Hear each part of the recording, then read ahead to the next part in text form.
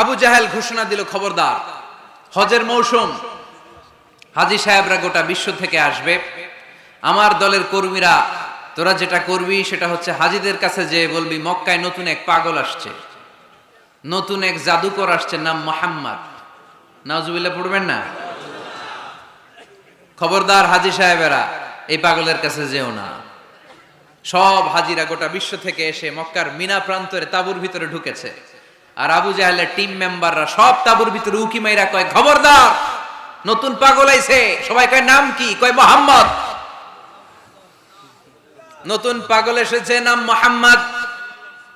নতুন জাদুকর এসেছে, তার নাম মোহাম্মদ। খবরদার, তার কাছে যেও না, তার কথা শোনো না, শুনলে তোমরাও পাগল হয়ে যাবা, তোমরাও পাগল হয়ে যাবা। সে এত বড় জাদুকর, মুহাম্মদ সাল্লাল্লাহু আলাইহি ওয়াসাল্লাম এত বড় জাদুকর, তার জাদু দেখলে, তার কথা শুনলে হাজবেন্ড ওয়াইফের মধ্যে সম্পর্ক বিচ্ছিন্ন হয়ে যায়। সে এত বড় জাদুকর, তার কথা শুনলে বাবা আর ছেলের সম্পর্ক ছিন্ন হয়ে যায়। সে এত বড় জাদুকর, তার কথা শুনলে বন্ধু বন্ধু আলাদা হয়ে যায়। খবরদার হাজী সাহেবরা, তোমরা হজ করতে এসেছো, করো, জমজমের পানি খাও আর খেজুর নিয়ে যাবা বাড়িতে, কিন্তু মুহাম্মদ সাল্লাল্লাহু আলাইহি ওয়াসাল্লামের কাছে যাওয়া যাবে না। আচ্ছা, আপনারা বুঝে শুনে উত্তর দেন। এই যে লক্ষ লক্ষ হাজী মিনার তাঁবুতে বসা, আর আবু জাহেলের লোকটা যে বললো নতুন জাদুকরের নাম মোহাম্মদ, তার কাছে যেও না, এই লক্ষ লক্ষ হাজীরা এর আগে জীবনেও মুহাম্মদ সাল্লাল্লাহু আলাইহি ওয়াসাল্লামের নাম শুনছে? তার মানে মুহাম্মদ সাল্লাল্লাহু আলাইহি ওয়াসাল্লামের নাম তাদের কানে পৌঁছে দেওয়ার দায়িত্ব আবু জাহেল নিজেই নিয়ে নিয়েছে। চিল্লায় কোন ঠিক কিনা? অপপ্রচার প্রচার হয়ে গিয়েছে। আর সবাই মনে মনে ভাবে, কয় কি, এত বড় জাদুকর, হজ করি আর না করি, আরে না দেখে যাওয়া যাবে না। হজ তাড়াতাড়ি কোন রকম সাইরা এই জাদুকরের কাছে আগে যাব, দেখি কেমন জাদু দেখায়, দেখি কত বড় ম্যাজিশিয়ান, দেখি তো কত বড় পাগলের। কারণ আল ইনসানু হারিসুন আলা মা মুনিআ, মানুষকে যেটা নিষেধ করা হয় বেশি, মানুষ এটা করতে চায়। যদি বলি ওদিকে যাবি না, ওর বাপের কিরা ওদিকে যাবে, ঠিক কিনা? এটা আমাদের স্বভাব, আমাদের খাসলা, আমাদের বৈশিষ্ট্য। যেটা আমাদেরকে নিষেধ করা হয় বেশি, ওটা করতে মন চায়।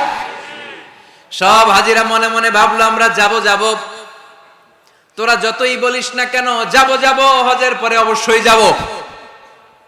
দেখা গেল হজের পরে বিশ্বনবী মুহাম্মদুর রাসূলুল্লাহ সাল্লাল্লাহু আলাইহি ওয়াসাল্লামের বাড়ির সামনে বিশাল বড় গ্যাদারিং শুরু হয়েছে। সবাই লাইন ধরে দেখা করতে গেছে। দেখা করতে যে বিশ্বনবীর চেহারা দেখে প্রথম নজরেই সব পাগল।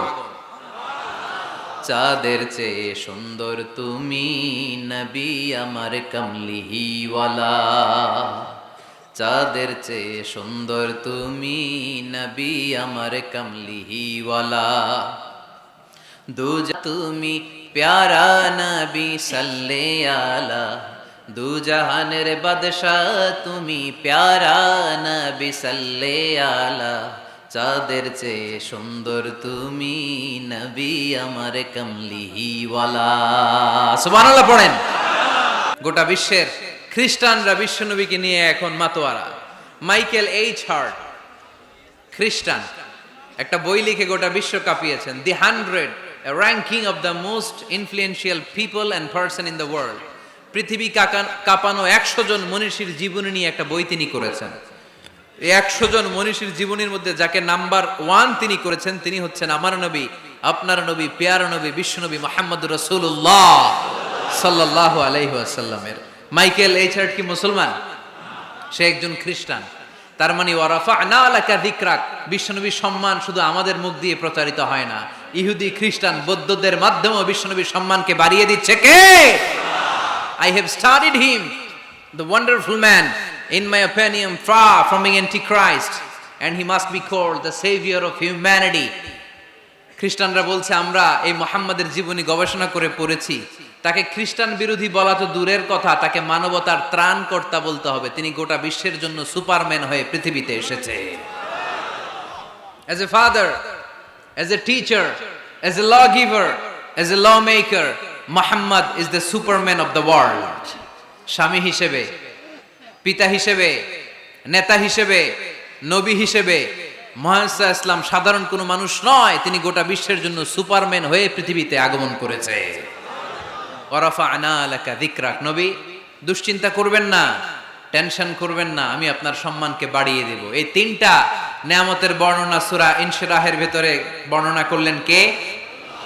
এরপরে রাব্বুল আলামিন বিশ্বনবীকে নেয়ামতের বর্ণনার ঘটনা শুনিয়ে বিশ্বনবীকে সান্ত্বনা বাণী শোনাচ্ছেন আর পড়ছেন, ফা ইন্না মাআল উসরি ইউসরান, ইন্না মাআল উসরি ইউসরা। নবী গো, নিশ্চয়ই কষ্টের পরে আছে আনন্দ, দুঃখের পরেই আছে সুখ। সুবহানাল্লাহ। কষ্টের পরে আনন্দ, দুঃখের পরে। The struggle is impermanent in our life. দুঃখ কষ্ট এটা আমাদের জীবনে পার্মানেন্ট না, এটা সাময়িক। আচ্ছা, আওয়াজ করে উত্তর দেন তো, এক বছরে কয়দিন আপনাদের ফরিদপুরে? কয়দিন? 365 দিন। গত 365 দিনে না খেয়েছিলেন কয়দিন? 20 দিন, 30 দিন। তার মানে অল্প কিছুদিন না খেয়েছিলাম, সারা বছরই খেয়েছিলাম, ঠিক কিনা? আচ্ছা, তো 365 দিনে অসুস্থ ছিলেন কয়দিন? 4-5 দিন, কিংবা 20 দিন, কিংবা 1 মাস, কিংবা 56 দিন, কিংবা 65 দিন। তার মানে বাকি 300 দিন আরামে ছিলাম কি ছিলাম না? তার মানে আমাদের জীবনে দুঃখ বেশি না আনন্দ বেশি? সুখ বেশি না কষ্ট বেশি? এজন্য আল্লাহ বললেন, খবরদার, মুমিন কখনো হেরে যায় না, মুমিনের হারাবার কিছু নাই। মুমিনের জীবনে যদি আনন্দ আসে, মুমিন শুকরিয়া করে, শুকরিয়া করলে সওয়াব আছে না নাই? আর মুমিনের জীবনে যদি দুঃখ আসে, মুমিন সবর করে, ধৈর্য ধরে, ধৈর্যেও সওয়াব আছে না নাই? তাহলে আমাদের সব দিক দিয়েই তো লাভ। আনন্দের দিনগুলাতে শুকরিয়া করব, আর দুঃখের দিনগুলাতে ধৈর্য ধরবো, দুইটার মধ্যে সওয়াব আছে না নাই? এজন্য বিশ্বনবী বললেন, আজাবান লি আমরিল মুমিন, মুমিনের বিষয়টা খুবই আশ্চর্যের। ফাইন আসাবাতহু সাররাউন শাকারা, মুমিন যদি আনন্দে থাকে সে শুকরিয়া করে, শুকরিয়া করলে লাভ আছে না নাই? ওয়াইন আসাবাতহু দাররাউন সাবারা, আর দুঃখে পড়লে সে সবর করে, ধৈর্য ধরে, ধৈর্য ধরলে সব আছে না নাই? তার মানে আমাদের হারাবার কিছু আছে? মাঝে মাঝে আল্লাহ আমাদেরকে দুঃখ কষ্ট দিয়ে পরীক্ষা করতে চান, এগুলো আমাদের জন্য খারাপ নয়। এই দুঃখ কষ্ট বিপদ আমাদের কোমরকে সোজা করে, আমাদের পায়ের মাটিকে শক্ত করে, চিল্লায় বলেন ঠিক কিনা? প্রতিকূল পরিবেশে কিভাবে বাঁচতে হয় এই দুঃখ কষ্ট আমাদেরকে শিখায়।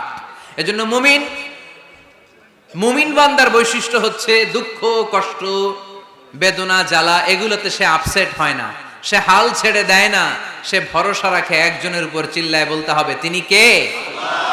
কারণ মুমিন জানে রাত্রি যত গভীর হয়, অন্ধকার তমানিসা ভেদ করে সুবহে সাদিক হয়। মুমিন জানে গর্ভবতী নারীর পেটের ব্যথা যেই দিন বাড়তে থাকে, ওই দিনই নতুন মেহমান আগমনের সময় ঘনাতে থাকে।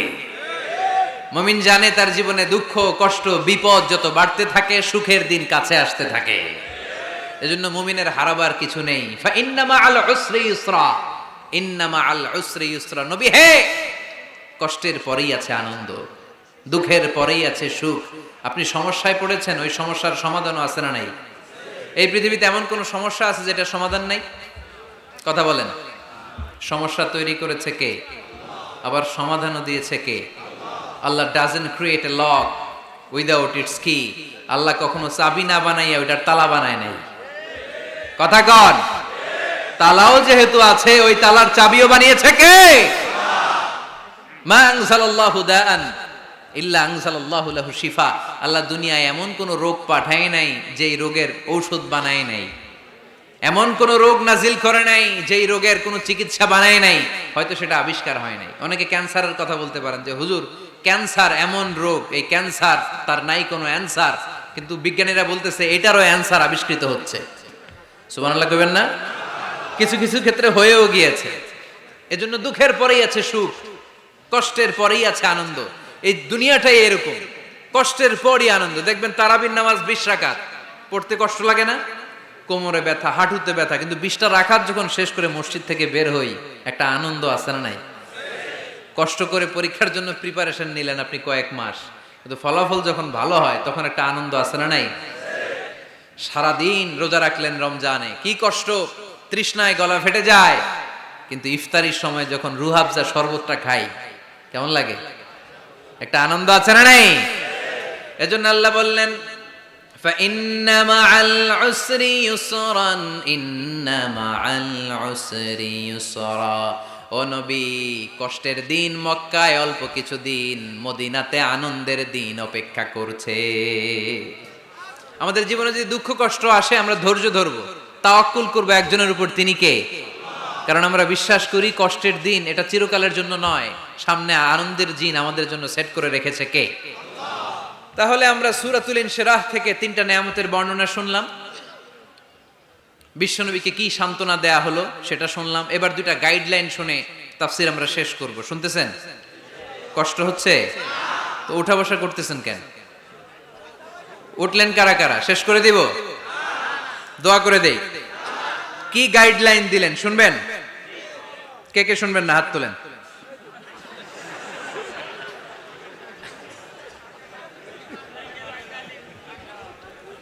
কষ্ট হইতেছে?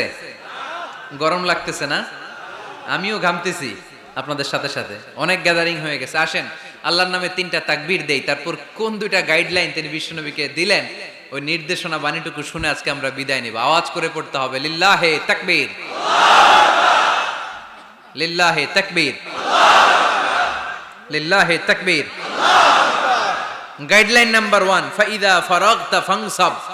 নবী আপনি যখন অবসর হন আপনি ইবাদতে মশগুল হন। ফানসাব ফিল ইবাদা, তাফসীর ইবনে কাসিরে এসেছে আপনি ইবাদতে মশগুল হন যখন আপনি অবসর পান। অবসর আল্লাহর দেয়া বড় নেয়ামত, এটা বিশ্বাস করেন? অবসর কিন্তু নেয়ামত। আমরা অনেকেই অবসর সময়কে কাজে লাগাই না, কিন্তু অবসর চলে যাওয়ার পরে যখন ব্যস্ত হয়ে পড়ি তখন বলি হায় রে, অবসরটা যদি কাজে লাগাইতাম। পরীক্ষার পরে 3 মাস ছুটি ছিল, এই 3 মাস অবসরে যদি পড়তাম তাইলে তো আজকে ভার্সিটিতে চান্স পেয়ে যেতাম, ঠিক কি না? এজন্য বিশ্বনবীর আল্লাহ বললেন নবী ফাইদা ফারাগতা ফানসাব ওয়া ইলা রাব্বিকা ফারগাব। মাদানী জীবনে, মাক্কি জীবনে, দাওয়াতি কার্যক্রমের পরে, রাষ্ট্রীয় কার্যক্রমের পরে যখনই আপনি অবসর পাবেন তখনই আপনি ইবাদত করেন, তখনই বেশি বেশি আল্লাহর কাছে দোয়া করে। দোয়াটা খুব শক্তিশালী, কিন্তু আমরা অনেকে জানি না কি করে দোয়া করতে হয়। সিনসিয়ার দোয়া ইজ লাইক এ মিসাইল। আপনারা প্রায় পত্রিকায় শুনবেন আমেরিকা অমুক দেশে মিসাইল হামলা করেছে, শুনছেন? মিসাইল হামলা এমন হামলা, কত সেন্টিমিটার বেগে যে কোন জায়গায় অ্যাটাক করবে, যেখানে মারার কথা ওখানে পড়বে। ঠিক দোয়াটা হচ্ছে মিসাইলের মতো। আপনি যদি দোয়ার মতো দোয়া করতে জানেন, ওই দোয়াটাও জায়গা মতো যে ভেদ করবে। চিল্লা এখন ঠিক কিনা? কিন্তু আমরা দোয়া করতে জানি না, কি করে দোয়া করতে হয় এটা জানি না।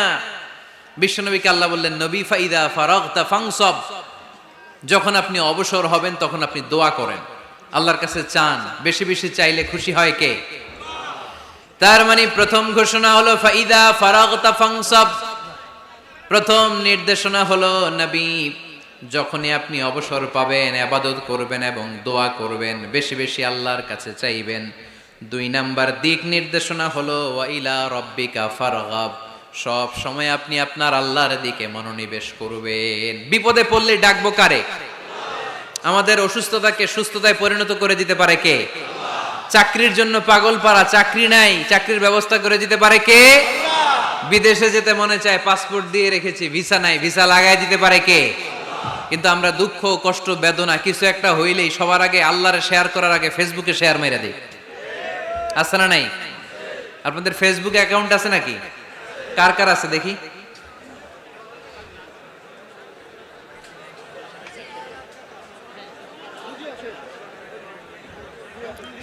আছে আছে। এটার জন্য আমরা ভালো কাজে লাগাই, ঠিক কিনা? আপনি চাইলেই এমন ভাবে ফেসবুক ফ্রেন্ড লিস্ট করতে পারেন যারা ভালো ভালো জিনিস শেয়ার করে, যারা মোটিভেশনাল জিনিস শেয়ার করে, ইসলামের পক্ষে কথা বলে। আপনার এক একটা শেয়ারে অনেকের জীবন বেঁচে যেতে পারে, ঠিক কিনা? একজন মুমূর্ষ রোগীকে বাঁচাতে রক্তের প্রয়োজন, রক্তের গ্রুপ এ পজিটিভ, যারা রক্ত দান করতে আগ্রহী তারা এই নম্বরে যোগাযোগ করুন। ফেসবুকে মাঝে মাঝে এরকম নিউজ আসে না নাই? আপনি just you put down in share, শেয়ারের মধ্যে একটা পুট করে দিলেন, একটু শেয়ার মেরে দিলেন, ছড়িয়ে পড়লো হাজার হাজার ফেসবুক ফ্রেন্ডদের কাছে। তাদের অনেকে ব্লাড দিতে আগ্রহী, সে তাড়াতাড়ি যেয়ে সেখানে ব্লাড ডোনেট করে আসলো। আপনার একটা শেয়ারের কারণে বেঁচে গেল অনেকগুলো প্রাণ। চিল্লা এখন ঠিক কিনা? রক্তদানের মতো শ্রেষ্ঠ ইবাদত হতে পারে? আমরা মনে করি শুধু জিকিরই ইবাদত, আমরা মনে করি শুধু নামাজই ইবাদত। রক্তদান, এক ব্যাগ রক্ত থেকে অনেক মানুষকে বাঁচানো যায়। এর মধ্যে আছে হিমোগ্লোবিন, এর মধ্যে আছে প্লাটিলেট,